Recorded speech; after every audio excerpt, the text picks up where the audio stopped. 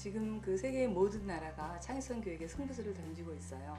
더욱이 이 창의성 교육은 국가의 경쟁력을 강화하기 위한 정책의 하나로도 인정받고 있을 정도입니다.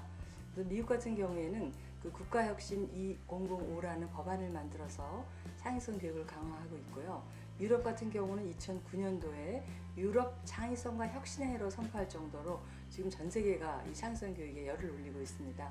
그래서 우리나라에서도 최근에는 그 융합의 시대를 살고 있기 때문에 자신의 고유 영역 이것만 가지고는 이제는 어렵게 됐죠. 그래서 창의적으로 문제를 해결하기 위해서는 이 융합 창의성 인재 교육을 강화하고 있습니다. 그래서 스팀 교육이라는 것을 아마 여러분도 한 번쯤 들어보셨을 겁니다. Science, Technology, Engineering, Art and Mathematics. 그래서 그 말 그대로 과학, 기술, 그다음에 어떤 그러한 그 엔지니어링, 공학, 예술, 수학 이런 것들을 잘 접목시켜서 뭔가 창의성과 연결지으면은 창의적인 문제 해결자로서 충분히 잘 거듭날 수 있다라는 거죠. 그리고 이 창의성 교육이 특히 필요한 이유는 뭐 개인적인 차원, 사회적인 차원이 있겠습니다만 개인적인 차원에서는 자신의 잠재 능력을 최대한 발휘해서 행복한 삶을 영위할 수 있는 데 있다고 볼 수 있습니다. 네, 창의성을 향상시키는 활동은 정말 이 지구상에 많이 있는데요. 이 선천적으로 창의성이 뛰어난 사람들은 뭐 별로 필요 없겠지만 후천적으로 이 창의성 교육이 필요한 사람들이 의외로 많습니다. 그래서 이 교육과 훈련을 통해서 창의성을 향상시킬 수 있는데요.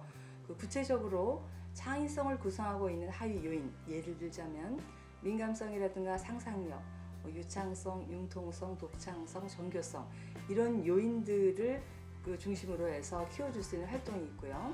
그러니까 다시 말씀드리면은 아주 구체적으로 그 개인에게 적절한 맞춤형 창의성 교육이라고 할 수 있습니다. 어떤 사람들은 민감성이 아주 부족할 수 있고 또 어떤 경우에는 독창성이 부족할 수도 있어요. 그래서 이러한 그 요인을 잘 측정한 다음에 요인별로 그 창의성을 향상시켜 줄 수도 있고요. 또는 그 일반적으로 그 부모님들이나 또는 그 성인들이 할 수 있는 것 중에 하나가 뭐냐면 가정에서 요리를 할 때 또는 뭐 영화를 보거나 또는 책을 읽을 때 이런 창의성 요인과 연결지어서 발문만, 그러니까 뭐 쉽게 뭐 질문이라고 생각하셔도 좋고요. 이런 것들을 통해서 자연스럽게 생활 속에서 창의성을 키워줄 수 있습니다. 그리고 또 제가 그 적극적으로 권장하는 방법 중에 하나는요. 기회가 되면 가정에서만 할 게 아니라 미술관이라든가 박물관들을 방문하면서 또는 때로는 영화관이라든가 이런 곳을 방문해서 창의적인 어떤 사고를 할 수 있도록 적극적으로 도와주는 게 창의성 향상 활동의 그 한 예라고 할 수 있겠습니다. 이 창의성 검사를 하는 이유는 여러 가지가 있습니다. 대부분 그 연구를 하시는 분들은 어떤 프로그램 효과를 보기 위해서 사전 사후 검사로 많이 활용하시기도 하고요. 또는 기업에서 뭐 이런 데서 그 창의적인 사람을 선발하기 위해서 사용하기도 하죠.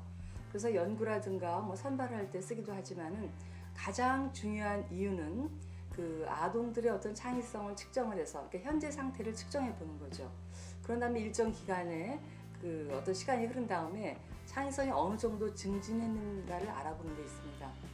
구체적으로 연구나 이런 것도 중요하지만은 정말 한 개인의 어떤 행복에 초점을 둔다면 창의성 프로그램을 그 적용한 후에 사전과 사후에 어느 정도 증진됐는가를 우리가 구체적으로 과학적으로 결과를 얻을 수 있다라고 할 수 있겠죠. 그래서 이 꼭 교육을 한 다음에 또 그 아까 그 말씀드린 대로 창의성의 하위 요인들별로 민감성이 정말 어느 정도 증진됐는지 독창성이 또는 정교성이 어느 만큼 증진됐는지를 정확하게 알아볼 수 있기 때문에 이 창의성 검사를 한다고 할 수 있겠습니다. 네, 제가 개발한 창의성 검사가 총 6가지가 있는데요. 3가지는 유아용이고 3가지는 초등용입니다. 유아용 창의성 검사와 이 초등용 창의성 검사 그 2가지가 공통적으로 개발된 거는요.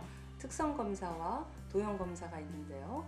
특성 검사는 간단하게 그 유아가 창의적인 특성을 갖고 있나 체크해보는 체크리스트 형식이고요. 도형 검사는 주어진 자극 도형을 중심으로 해서 그림을 재밌게 완성하고 제목을 붙여보는 겁니다. 이제 그 다음에 유아의 경우에는 종합 창의성 검사가 있는데요. 이 말 그대로 종합이기 때문에 언어, 도형, 동작을 그 3가지 이런 활동들을 통해서 창의성을 총체적으로 측정하는 거고요. 초등의 경우에는 산출물 중심의 검사라서 그 초등학생들이 7개 주어진 그 조각들을 가지고 도형을 가지고 뭔가 창의적으로 구성을 한 다음에 제목을 붙여보는 거예요. 그래서 이 탱그램 같은 경우에는 언어적인 측면과 도형적인 측면을 측정할 수 있습니다. 그래서 6가지 검사가 각기 대상 연령이나 그 특성이 다르기 때문에 여러분의 그 연구 목적이나 또는 프로그램의 목적에 따라서 선택하시면 됩니다. 네, 대부분 그 현장에서 창의성 검사를 하신 다음에 그 어떤 실시 요령이나 또는 채점 방법에 대해서 상당히 궁금해 하시는 것 같아요. 근데 그렇게 어렵지는 않고 여러분들이 검사 요강을 잘 한번 읽어보시면은 그 안에 모든 그 답이 있습니다. 그럼에도 불구하고 조금 이해가 안 가신다 하면은 학지사나 또는 저에게 그 전화를 주시면 제가 설명을 드릴 수 있는데요. 검사를 하실 때는 제일 먼저 그 매뉴얼을 숙지하시고 그 다음에 검사에 이제 들어가서는 반드시 워밍업을 하셔야 됩니다. 다른 검사하고 조금 그 차이가 있다라면은 창의성은 그 어느 정도의 워밍업이 돼야만 제대로 창의적인 사고를 할 수 있거든요. 아이디어를 내거나 또는 특이한 반응을 하려면은 두뇌가 어느 정도로 유연해져야 되기 때문에 반드시 워밍업을 하셔야 됩니다. 그리고 주변에 그 창의성 검사와 관련된 어떤 색깔이라든가 물건이라든가 이런 게 있다라면은 조금 유아들이나 또는 그 초등학생들이 그 물건들을 보고 반응을 할 수 있어요. 그래서 그런 것들을 다 치우신 다음에 아주 그 좀 깔끔한 상태에서 검사를 하시는 게 좋겠습니다. 그래서 반드시 그 아동들이 좀 뭔가 친숙한 그런 분위기 속에서 검사를 하실 수 있도록 좀 나름대로 여러분들이 라포를 형성하시는데 최선을 다하시기 바랍니다. 그러면 아마 정확한 결과가 나오리라 봅니다.